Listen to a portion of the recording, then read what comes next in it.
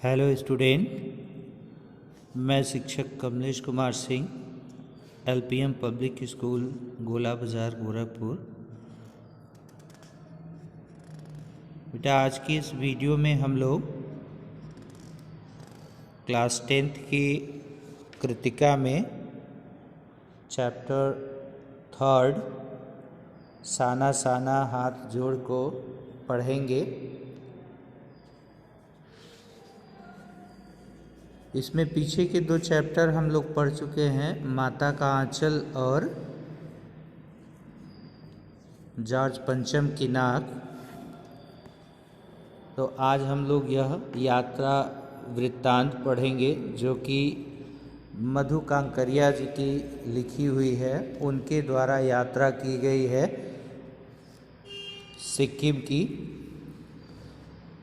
जैसा कि आप लोगों ने पिछले क्लास 9th में एक यात्रा वृत्तांत पढ़ा था राहुल सांकृत्यायन जी का, जिसमें उन्होंने तिब्बत की यात्रा की थी।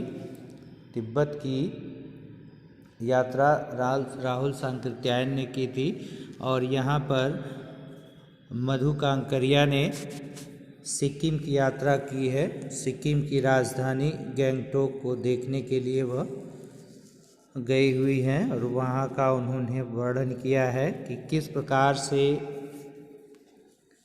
हमारा जीवन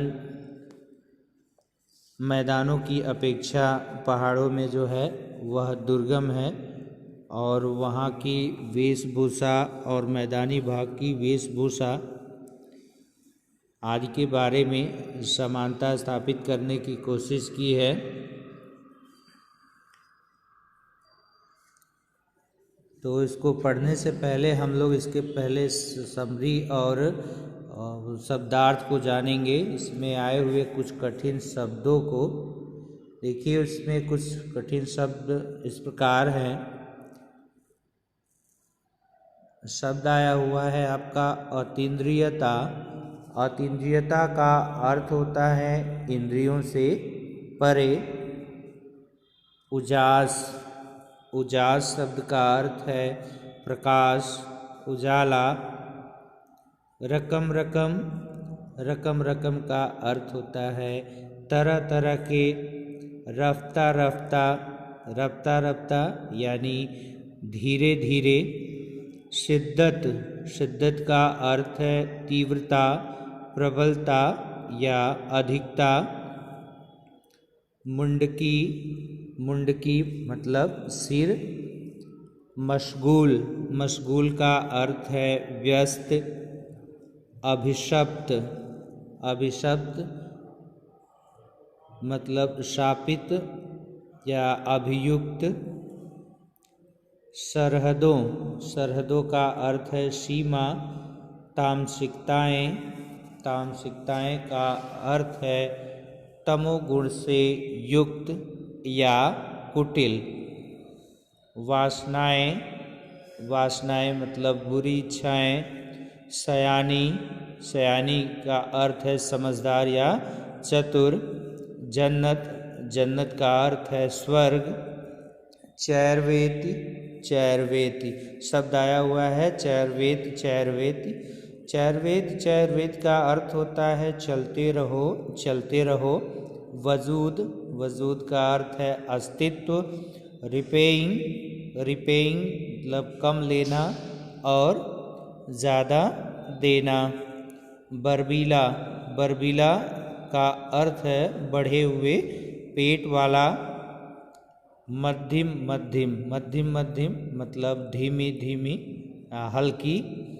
हलाहल, हलाहल का अर्थ है विष या जहर। संक्रमण, संक्रमण मतलब मिलन या संयोग। लेवल, लेवल का अर्थ है स्तर या तल। सुर्खियों, सुर्खियों मतलब चर्चा में आना।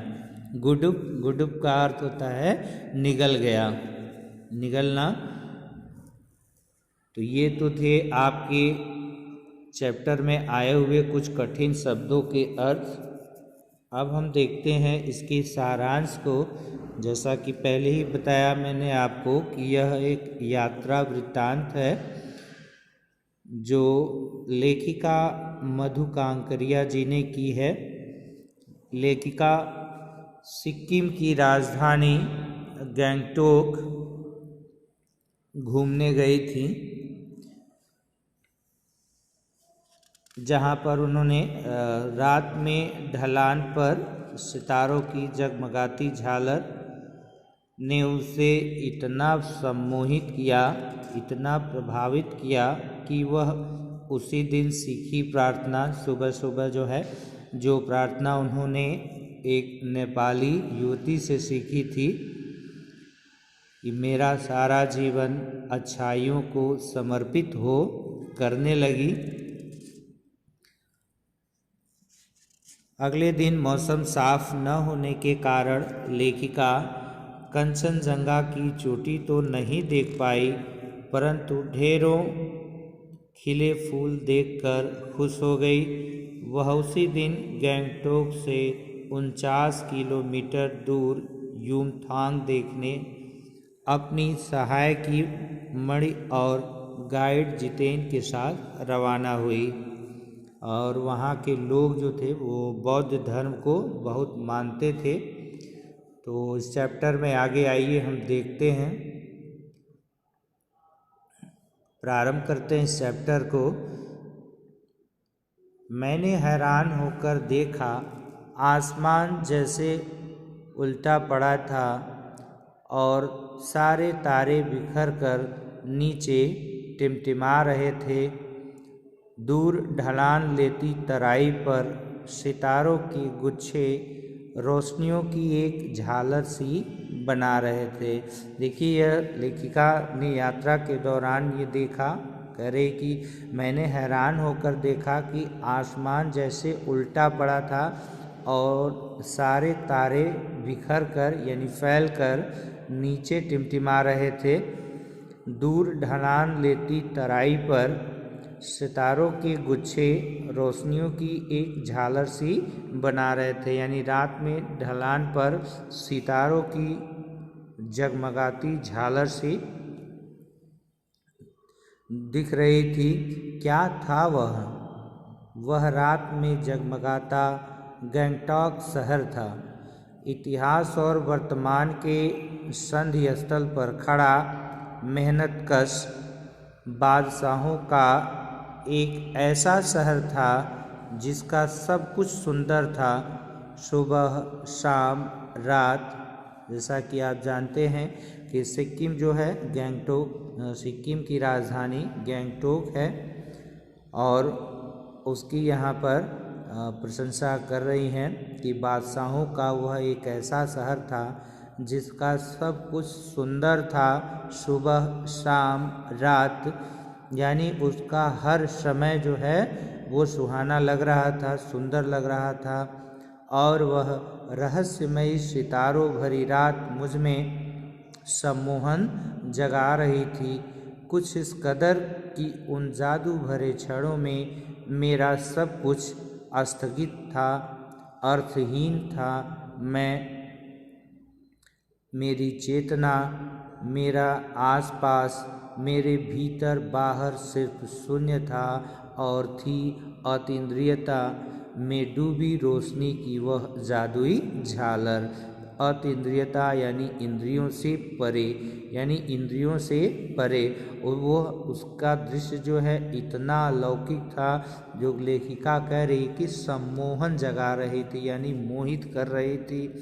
कुछ इस प्रकार कि उन जादू भरे क्षणों में मेरा सब कुछ स्थगित था, अर्थहीन था। मेरी चेतना, मेरा आसपास, मेरे भीतर बाहर सिर्फ शून्य था। अतीन्द्रियता यानी सब कुछ जो था वह इंद्रियों से परे था। मैं डूबी रोशनी की वह जादुई झालर, अतीन्द्रियता में डूबी रोशनी की वह जादुई झालर। ये जादुई झालर यानी उन सितारों को लेखिका कह रही है। धीरे धीरे एक उजास उस शून्य से फूटने लगा। एक प्रार्थना होठों को छूने लगी। साना साना हाथ जोड़ गर्दहु प्रार्थना, हामरो जीवन तिमरो कौशेली। यानी ये देखिए, ये नेपाली भाषा है जो कि ये प्रार्थना लेखिका ने उस दौरान नेपाली युवती से सीखा था। ये साना साना हाथ जोड़ गर्दव प्रार्थना, या हामरो जीवन तिमरो कौशेली। यानी इसका अर्थ है मेरा सारा जीवन अच्छाइयों को समर्पित हो। आज सुबह की प्रार्थना के ये बोल मैंने एक नेपाली युवती से सीखी। यानी ये प्रार्थना जो है उन्होंने नेपाली युवती से सीखे थे। सुबह हमें युमथांग के लिए निकल पड़ना था, पर आँख खुलते ही फिर से देख लें लाइन।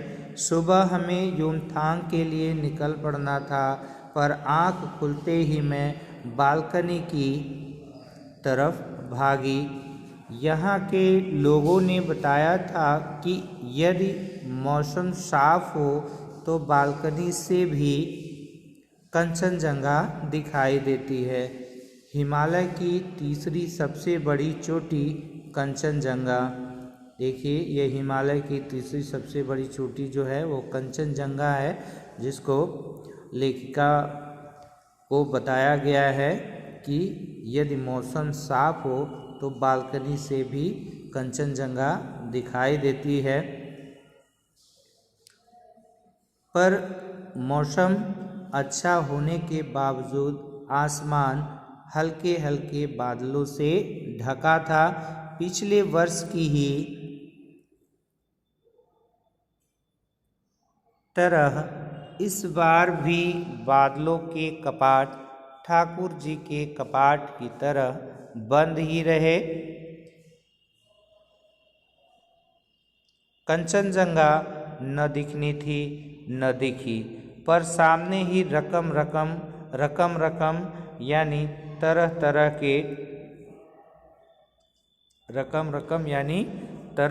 के रंग बिरंगे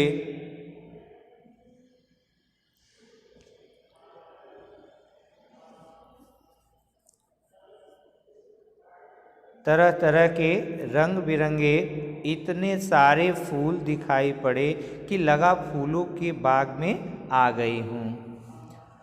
बहरहाल गंगटोक से 149 किलोमीटर की दूरी पर युमथांग था। युमथांग यानी घाटियाँ, सारे रास्ते हिमालय की गहनतम घाटियाँ और फूलों से लदी वादियाँ मिलेंगी आपको। ड्राइवर कम गाइड जितेन नार्गे मुझे बता रहा था, क्या वहाँ बर्फ़ मिलेगी? मैं बचकाने उत्साह से पूछने लगती हूँ। यानी ड्राइवर कम गाइड, यानी उनका जो जितेन था वह उनका ड्राइवर भी था, जो जीप चला रहा था, तो वह ड्राइवर कम था, गाइड था। यानी गाइड जितेन नार्गे जो लेखिका को बता रहा था क्या वहाँ बर्फ़ मिलेगी। मैं बचकाने उत्साह से पूछने लगती हूँ। यानी लेखिका ने जब अपने गाइड जितेन से पूछा कि क्या वहाँ पे बर्फ़ मिलेगी। चलिए तो जगह जगह गदराए पाइन और धूपी के खूबसूरत नुकीले पेड़ों का जायज़ा लेते हुए हम पहाड़ी रास्तों पर आगे बढ़ने लगे कि एक जगह दिखाई दी एक कतार में लगी सफ़ेद सफ़ेद बौद्ध पताकाएँ, किसी ध्वज की तरह लहराती, शांति और अहिंसा के प्रतीक ये पताकाएँ, जिन पर मंत्र लिखे हुए थे। नार्गे ने बताया यहाँ बुद्ध की बड़ी मान्यता है। जैसा कि मैंने पहले ही आपको बताया है समरी के दौरान कि वहाँ पर वहाँ के लोग जो है बौद्ध धर्म को बहुत मानते थे। तो जितेन नार्गे जो कि गाइड था लेखिका का, उसने बताया कि यहाँ बुद्ध की बड़ी मान्यता है। जब भी किसी बुद्धिस्ट की मृत्यु होती है तो उसकी आत्मा की शांति के लिए शहर से दूर किसी भी पवित्र स्थान पर 108 श्वेत पताकाएं फहरा दी जाती हैं। नहीं, इन्हें उतारा नहीं जाता है, ये धीरे धीरे अपने आप ही नष्ट हो जाती हैं। कई बार किसी नए कार्य की शुरुआत में भी ये पताकाएं लगा दी जाती हैं, पर वे रंगीन होती हैं। नार्गे बोलता जा रहा था और मेरी नज़र उसकी जीप में लगी दलाई लामा की तस्वीर पर टिकी हुई थी। कई दुकानों पर भी मैंने दलाई लामा की ऐसी ही तस्वीर देखी थी। हिचकोले खाती हमारी जीप थोड़ी और आगे बढ़ी। अपनी लुभावनी हंसी बिखेरते हुए जितेंद्र बताने लगा, इस जगह का नाम है कविलोंग स्टॉक। यहाँ गाइड फिल्म की शूटिंग हुई थी। ये गाइड एक हिंदी फिल्म है जिसकी वहाँ पर शूटिंग हुई थी। तिब्बत के चीसखे बंसन ने लेप्चाओं के सोमेन से कुंजतेक के साथ संधि पत्र पर यहीं हस्ताक्षर किए थे। एक पत्थर यहाँ स्मारक के रूप में भी है। देखिए यहाँ वहाँ पर जो है दो समुदाय के लोग थे जो आपस में बहुत लड़ते थे। उनके बीच जो है हमेशा युद्ध उन दोनों लोगों के बीच हमेशा युद्ध हुआ करता था। तो उसी का यहाँ पे जिक्र किया गया है कि लेप्चाओं के सोमेन से कुंजतेक के साथ संधि पत्र पर यहीं हस्ताक्षर किए थे। एक पत्थर यहाँ स्मारक के रूप में भी है। लेप्चा और भूटिया सिक्किम की इन दोनों स्थानीय जातियों के बीच चले सुदीर्घ झगड़ों के बाद शांति वार्ता का शुरुआती स्थल, यानी वहाँ के दो जो समुदाय थे, जातियाँ थी, लेप्चा और भूटिया, इन दोनों के बीच जो है बहुत लंबे समय से जो है युद्ध चलता रहा। और उसके बाद में जब शांति वार्ता हुई तो वह इसी स्थल पर शुरुआत हुई थी शांति वार्ता। उन्हीं रास्तों पर मैंने देखा एक कुटिया के भीतर घूमता चक्र, यानी उन्हीं रास्तों पर लेखिका ने क्या देखा, एक कुटिया के भीतर घूमता हुआ चक्र। यह क्या? नार्गे कहने लगा, मैडम यह धर्म चक्र है, प्रेयर व्हील। इसको घुमाने से सारे पाप धुल जाते हैं। देखिए जैसा कि गाइड ने बताया, कुटिया के भीतर लगा हुआ यह चक्र जो है धर्म चक्र है और प्रेयर व्हील है। इसको घुमाने से जो है सारे पाप धुल जाते हैं। जैसा कि हमारे धर्म में ऐसी मान्यता है कि गंगा स्नान करने से हमें पुण्य की प्राप्ति होती है और हमारे सारे पाप जो है गंगा स्नान से धुल जाते हैं। तो ऐसे ही बौद्ध धर्म में ये मान्यता है कि प्रेयर व्हील को घुमाने से सारे पाप धुल जाते हैं। क्या? चाहे मैदान हो या पहाड़, तमाम वैज्ञानिक प्रगतियों के बावजूद इस देश की आत्मा एक जैसी, लोगों की आस्थाएं, विश्वास, अंधविश्वास, पाप पुण्य की अवधारणाएं और कल्पनाएं एक जैसी। यानी कहने का आशय ये है कि यहाँ पर लेखिका ने जब विश्लेषण किया कि मैदानी भाग के अपेक्षा पहाड़ों में भी जो है तमाम प्रकार की जो मान्यताएं हैं, जो धार्मिक अंधविश्वास है, वो दोनों जगह बल्कि समान ही है, एक ही जैसी है। यानी पूरे भारत के जो लोग हैं उनकी आत्मा कैसी है? एक जैसी है। जैसे आस्थाएं, विश्वास, अंधविश्वास, पाप पुण्य की अवधारणाएं, सबके अंदर जो है एक ही तरह की जो है कल्पना विद्यमान है। सो स्टूडेंट, आज के वीडियो में ना ही आगे के भाग को लेकर के फिर हम अगले वीडियो में उपस्थित होंगे। तब तक के लिए student take care, bye bye.